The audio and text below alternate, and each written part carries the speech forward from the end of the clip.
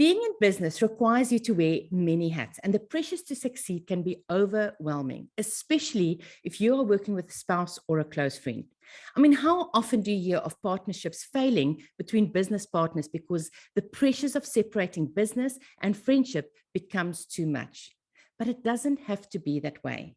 You know, working together with a spouse or a close friend can be extremely powerful when you maximize each person's capabilities to the fullest. Now, let me just be clear. I am not a relationship expert, but having been married for almost 30 years to this man and working together for almost the entire period with the same man, we have learned one or two lessons along the way, which has helped us to keep both sane, still married, and still in business together. So in today's episode, we are going to share with you a few things that we've learned along the way that has helped us to make it all work. Is that not right, babe? Okay, so number one, you have to have a common purpose or a vision or a mission. If you're both working towards the same goal, it is just so much easier to make that relationship work. Yeah, so if you think about it, why do people go into business together in the first place, whether it's a spouse or with a friend or business partner? And, you know, there's so many different reasons for doing it, but probably the two most common ones I would suggest, one is money or finances. So one party has more financial capacity than the other, and you need that money to grow your business or extend your business to employ more people. So money on the one hand, and then secondly, it's the skill level of the other person, or the experience, the expertise, the knowledge, the competency, whatever you want to put that down to. But one person has got a certain skill set, and you've got a different skill set, and you need that secondary party or third party to enhance the overall skill set of the company, for example. But it doesn't help to go into partnership with somebody if you are not on track from the right from the start. So what is the common purpose of going into business together? What's the vision you have for the long term? Because the biggest thing I think is, it's easy to go into business with somebody in the beginning because everybody's excited at all the endless opportunities and all the possibilities. And it's still fun. You look at all the positives. You'd never think of all the downside or the negatives or what happens during periods of stress or downturn or recessions. Yeah. So, you know, part of that common vision in the beginning is, and we're not going to go into the paperwork. I mean, you speak to your accountant and your lawyer and, you know, all that stuff with regards to partnerships and whatever, and finances and loans and et cetera. But I think it's important to anticipate and realize early on there's going to be a lot of obstacles along the way. Yeah. So it's to put into place an exit strategy where each party has got the option to remove themselves from the partnership, you know, but not to the detriment to the other. So when you're putting this stuff in place in the beginning, is to realize there are going to be issues along the way, and how you're going to handle each of those issues as they come along. So most people are just planning, you know, for the good times and how are we going to do the profit share, and what, you know, how are we going to expand, and you know, how are we going to open up a new office. But very few actually think about, and I'm speaking a little bit from experience, is when you've got a hiccup. What do we do when things go wrong? Exactly right. So what is the exit strategy for one person to want to move out? And also to beforehand come up with the problems that we might have, or come up with the obstacles that is very possible. All businesses have obstacles. All businesses go through slumps.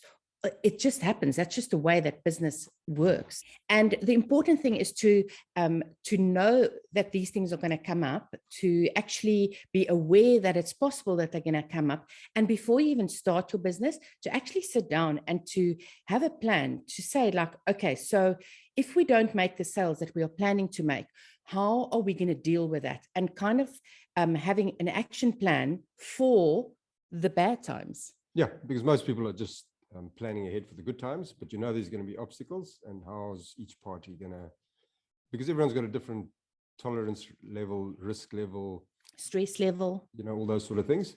So if you map it out beforehand and it's written down, and each party knows exactly what's going to happen, you make sure that exit strategies are in place from day one. Absolutely. Okay, I think the second point that we really just want to bring about is that you've got to have respect for your partner or your business partner's skills. So each of us obviously comes into this business with a certain set of skills, and to actually respect the other person in what they're good at, and not trying to interfere or tell that person what to do when it's actually their expertise. So I know for us in our relationship, I'm the creator, I'm the big dreamer. I can just think of all the things that I want to do. However, when it comes to the execution of all the things that I dream about and all the things that I want to do, I don't really have the skills. I lack those skills, where that is your, good thing. That's where you excel in, is getting things done, executing the ideas that I come up with. Yeah, and the issue that, like, I've had to learn over time is you've got to respect the other person's opinion and their skill level and their expertise, and not try and interfere and get the other party to do things the way you want done, because obviously I want things the way I want done. But I can assure you, in our instance, it's never going to work, because we think totally different. We think differently, we do things differently, but the outcome is generally the same. And because it's a common goal and a common vision, yeah, the end result will be the same, but the manner in which we get there, so to speak, is different. And over time, I've had to learn to quell my desire to be in control and in charge. And, just appreciate Maren has got her strengths and weaknesses, and I've got my strengths and weaknesses, and you've got to complement that somehow without causing a breakdown. Yeah, and I think, and it really works well, because once you put the boundaries in place for what each person is going to do, and what each person's jobs are, and what they're responsible for, I think that's the important thing, is to make sure that you know beforehand, right, I'm in charge of this, this, and this, and it's up to me to get those jobs done, where Stephen is in charge of, this, this, and this, and it is his job to make sure that those things get done. So that at the end of the week, when we get to the end of the week and certain things hasn't been done, or certain goals haven't been achieved, then we know exactly, okay, who was responsible for it. So there's no blaming game.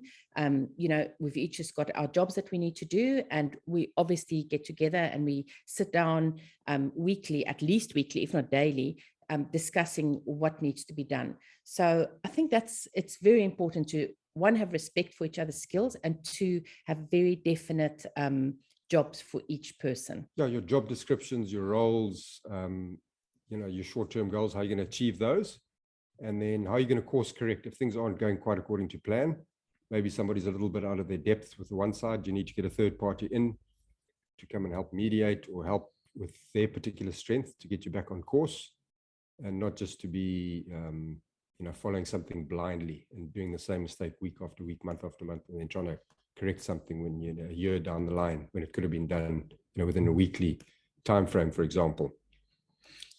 Yeah, I think with the roles and the tasks and skills in that, Edward de Bono speaks of the 6 thinking hats, and if you haven't read that book, it's worth getting hold of. But basically, the long and short of it is, each hat represents a certain defined parameter, and you basically speak or give your input if you are the expert, in inverted commas, with that particular role. So, for example, if we're talking creativity and design and colors and all that sort of thing, where I'm clueless on, for example, then I should have less authority at the boardroom table. Less say, less input, because really it's way outside of my skill level or expertise level. So I can have my input, but it shouldn't be to the detriment of the person who actually knows what they're talking about when it comes to the creativity and the design and so forth. So each hat, like I say, get a hold of the book and have a read. For example, finances or money or numbers or accounting type stuff, if you're less skilled at that particular role, then let the person who is more skillful in that, take charge of that area, for example. Yeah, absolutely. I think the next point that we want to talk about is you have to separate your business from your relationship. Now, whether that is a marriage relationship, if you're working with your partner, or whether that's a friendship relationship, there's got to be times where you are business partners and you need to respect each other and talk to each other as business partners. And then there's a time where you're husband and wife, or you are friends together, and that you, that then you leave the business stuff alone and you actually just be yourself. Because I mean, we fall into that trap where, all we ever talked about is business, business, business. And it doesn't matter where we are, we never stop, we never switch off. So I think, to keep a healthy relationship, you have to have boundaries to say, when is it time to talk about the business? And there's got to be like a time when, close that door to the office and you say, right now it's family time, that we have to separate it. Yeah, no, good way that a lot of partnerships operate is, the one party will say, okay, can I put on my business hat now? And, because now you're putting on your business hat and let's talk about business. When it's something a little bit more serious and less jovial, get the permission from the other party and say, okay, let's put on our business hats, let's talk business now. And vice versa. When it's time to play, you get rid of those business hats. And I think it's extremely important to sit down with your business partner and discuss that or get permission from each other to be open, and to be open to discuss when I think that Stephen's doing something wrong, or when Stephen feels that there's something that I am doing wrong, or we feel like the one needs to improve on a certain thing, that we can openly discuss it without the other party taking it personally. Okay, it's not a personal attack. It's just in the interest of the business. We need to do certain things. And that's where that I'm going to put my business hat on now becomes very relevant, because that is when you, especially when you're friends, I think with us, it becomes easier because you know each other so well. So you don't take it personal, because at the end of the day, we know we're only telling the other person, I need you to get better at this because of that end goal that we both are looking for and that we are both working towards. So we know that that's why we say it to each other. However, when you're friends, you might find that it's an attack on you, or maybe that they don't think you're good enough at it, or whatever the case may be, when that's not at all what they're trying to say. It's just, you need to sit down and talk to each other and say, right, can I have permission, or are we giving each other permission to talk freely and openly when we feel that there's a need to do that? And then to make sure that the other person doesn't take it personally. I think that that's one of the biggest reasons why partnerships break up, will be because people start taking they start taking what gets told to them personally, and they feel that it's a attack on them personally, when it's not, when it's really just in the interest of the business. Yeah, so just following on from that, another good book recommendation would be The 4 Agreements by Don Miguel Ruiz. And if you have a read of those, in fact, most people should read that book, when they're still at school. But it's good in a partnership or in a relationship type business that you read that book and understand what the 4 agreements really are, so that you don't take things personally. Yeah. Okay. The next one, I think we kind of spoke about it now a little bit, is communication. Okay. You have to talk things out. Don't let stuff brew. If there's an issue and you're sitting at home, especially if you're friends, so you're not living in the same house, and now you're talking maybe to your husband or your wife, and you're saying the other one is irritating you because of this, that, and the other. Don't do that. Don't let it brew. As soon as you feel uncomfortable about a situation, as soon as you feel there's an issue that needs to be addressed, talk to your business partner, sit them down and say, look, we need to discuss this. I want you to be, I'm asking permission to openly speak to you, and I do not want you to take it personally, and open those communication channels. Yeah, like Maren said, don't let anything brew or fester. Just get it off your chest and get it done. And perhaps you need to make sure that you've got 1 or 2 meetings each week specifically designed around open communication and getting things back on track before you allow them to get out of hand. And I think following on from then is the next step, where it is about, if it gets to a stage where you can't solve the problem between you, or you can't solve, especially with friends being in business together, you need to get that third party in. You need to get a mediator in that can sit down, that can look at the whole situation objectively and not take sides, and help you guys like a counselor. I mean, exactly like you, for marriage, you would go to a counselor. For business, you can also have a counselor, a business coach that can help you to see things clearly and understand, help you move forward and move through the obstacles or the problems that you have. Yeah, exactly. And like we said in the beginning, none of us are relationships experts, but after 30 years together, marriage and business, spending literally 24/7 together. we've learned a thing or two. And so take that advice just from where it comes from. If you need professional advice, do exactly that. Get professional advice.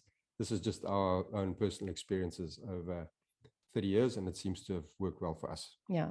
And I think the last thing, Stephen briefly mentioned it at the beginning, but I think the last thing that you really need to be clear on is what is going to be your exit strategy? Okay. What are you going to do if one party wants to leave this partnership? Maybe you 5 years, 10 years down the line, and one party now decides, I no longer want to be a part of this. Those type of details, like what are you going to do if that happens, needs to be sorted out on day one. You need to make sure that you go into this knowing exactly what your exit strategy is going to be if one of the partners wants to leave, because otherwise it can be very complicated if you let it go. Quite right. Okay, so there you have it. Just a few of the things that we have worked through over the last 30 odd years, being married together, being in business together, just things that we've learned over the years, how to work with each other, how to respect each other, and make it work and still be married at the end of the day and still actually like speaking to each other at the end of the day. So yeah, I mean, look, it's got its challenges. I'm not going to lie. There's definitely days that I feel I can kick him out. And I'm sure there's days where he feels he can kick me out.